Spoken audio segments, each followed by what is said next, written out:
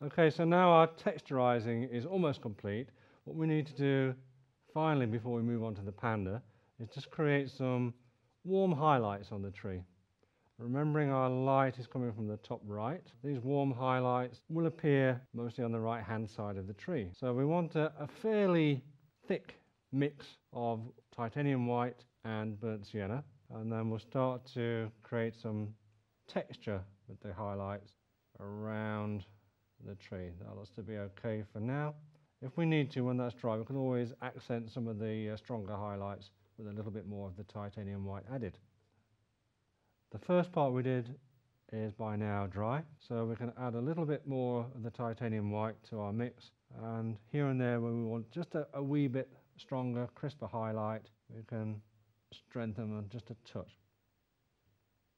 So now we can move on to creating all the details and texture in the panda. As I brought my reference photo a little bit closer so I can see quite clearly the direction that the fur is growing in. We're going to take Payne's Grey, a number 6 round brush, and we don't need this to be too thick at the moment. So what we want to do for the first stage is almost create a map of the fur. So let's start with the leg on the left hand side, and I know from my reference that the fur is growing upwards slightly and then turns down along this edge to where the toes are, and the same process underneath. So we're creating a couple of layers, not densely packed at this stage, just indications of the direction of the fur growth. What I'm also doing is representing the length of the fur.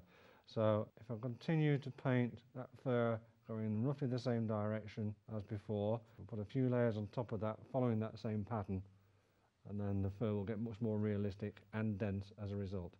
On this arm, it's slightly different because although the fur on the top part of the arm would be sticking up slightly, the panda's chin and head is resting on there, so it's flattening the fur out. So in this case, we just need to do these horizontal strokes from left to right, where it flattens under his chin, and then in the same way as before, starts to turn around in the direction of the paws, the toes, the fingers. So continue.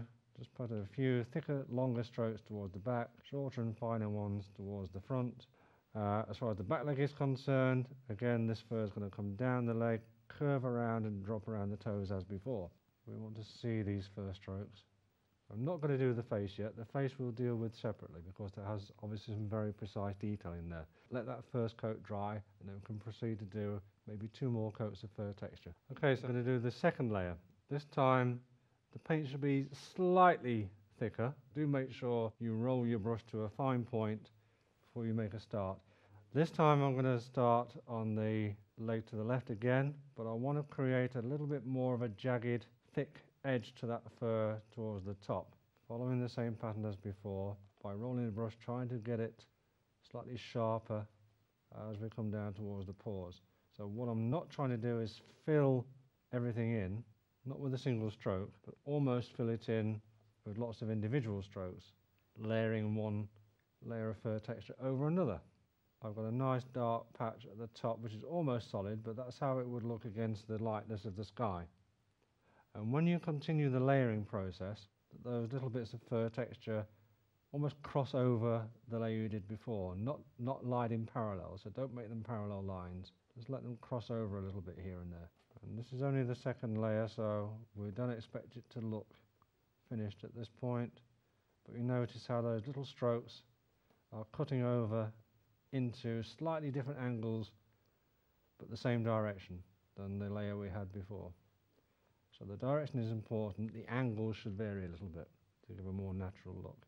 And then we'll try to get a nice sharp edge on the bottom of this leg, almost individual hairs over the background mountains, and slightly darker, maybe a little bit thicker towards the trunk here where it's in shadow. Thicker fur as well there, remember, so we can do that. Bring it down and around. So this is the end of the second layer on our first leg, and I'm going to continue now and do the second layer on the other 2 legs. Okay, so that's the second layer of our fur texture finished.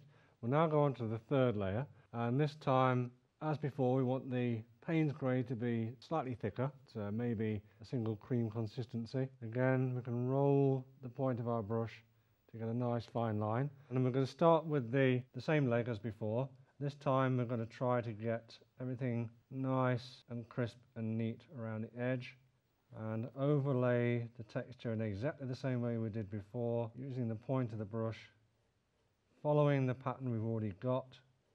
And this time we only want a minimal amount of the base coat of ultramarine blue to show through. This will give us the depth in our black fur and create a nice shine here and there. Always work backwards and forwards from the outside in. This way you'll get the correct amount of overlap on your fur texture.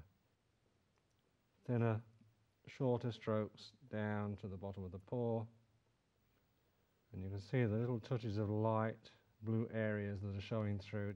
Not only give the depth to the black fur, but also give you a few automatic highlights. Try to create a nice precise edge at the bottom, almost individual hairs but not totally individual. Black fur usually tends to look like a mass. And remember, of course, we're reviewing this panda from quite a distance, so you wouldn't see every single individual hair at all. But what we're doing is create an impression of fur texture. More condensed strokes, less blue as we head towards the branch of the tree, because that will be mostly in shadow. Of course, in shadow you wouldn't see many hairs at all. Remember to turn the brush where you have that break. Keep trying to overlap at slightly different angles as you work through.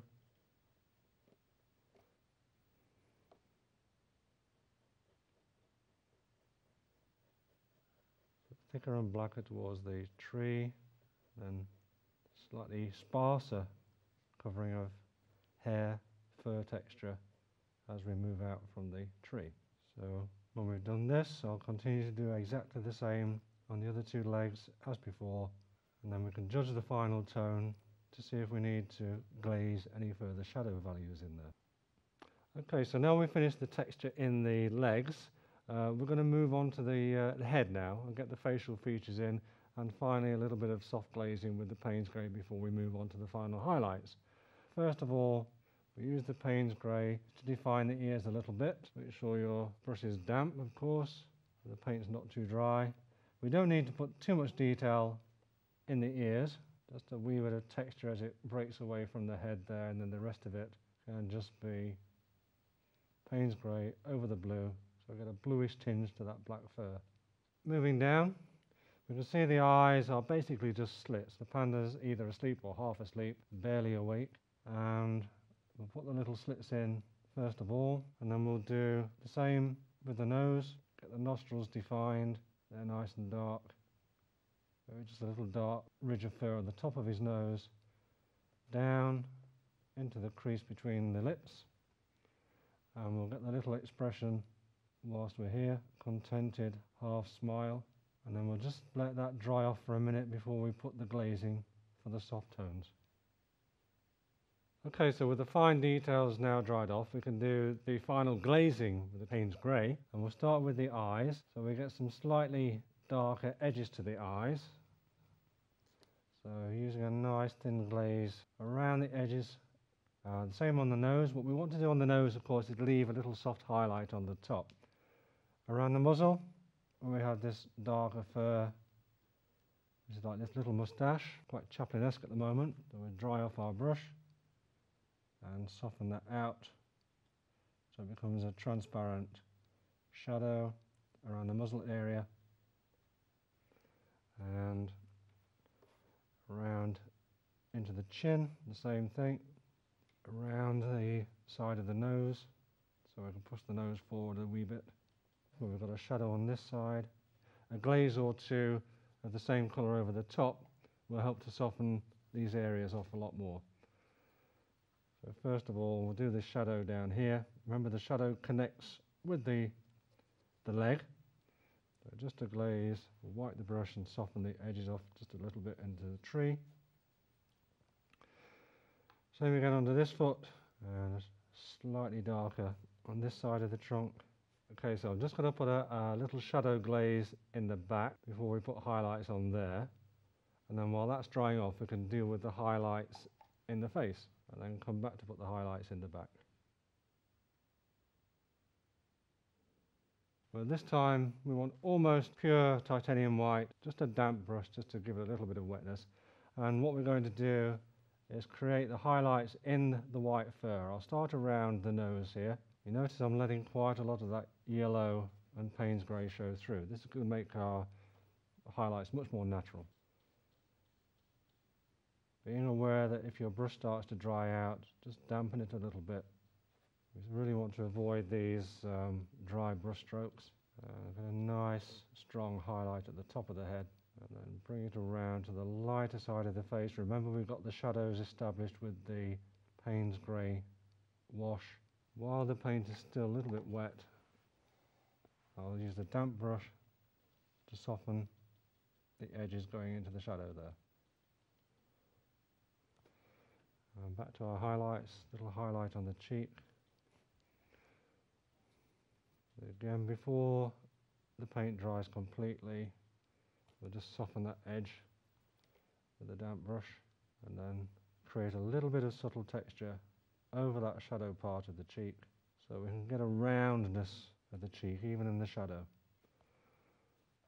And then we can move down to the back and do the same thing.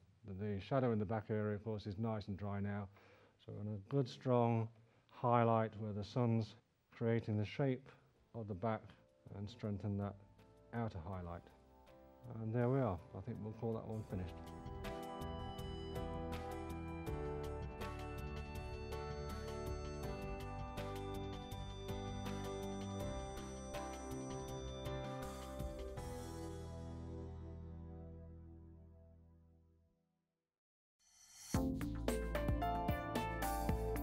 Now available to buy. Try these techniques at home whenever you wish. The extended DVD of today's workshop and the book that accompanies this series are now available from the Painting and Drawing channel. For further information and to order your copy, go to www.paintingdrawingchannel.com.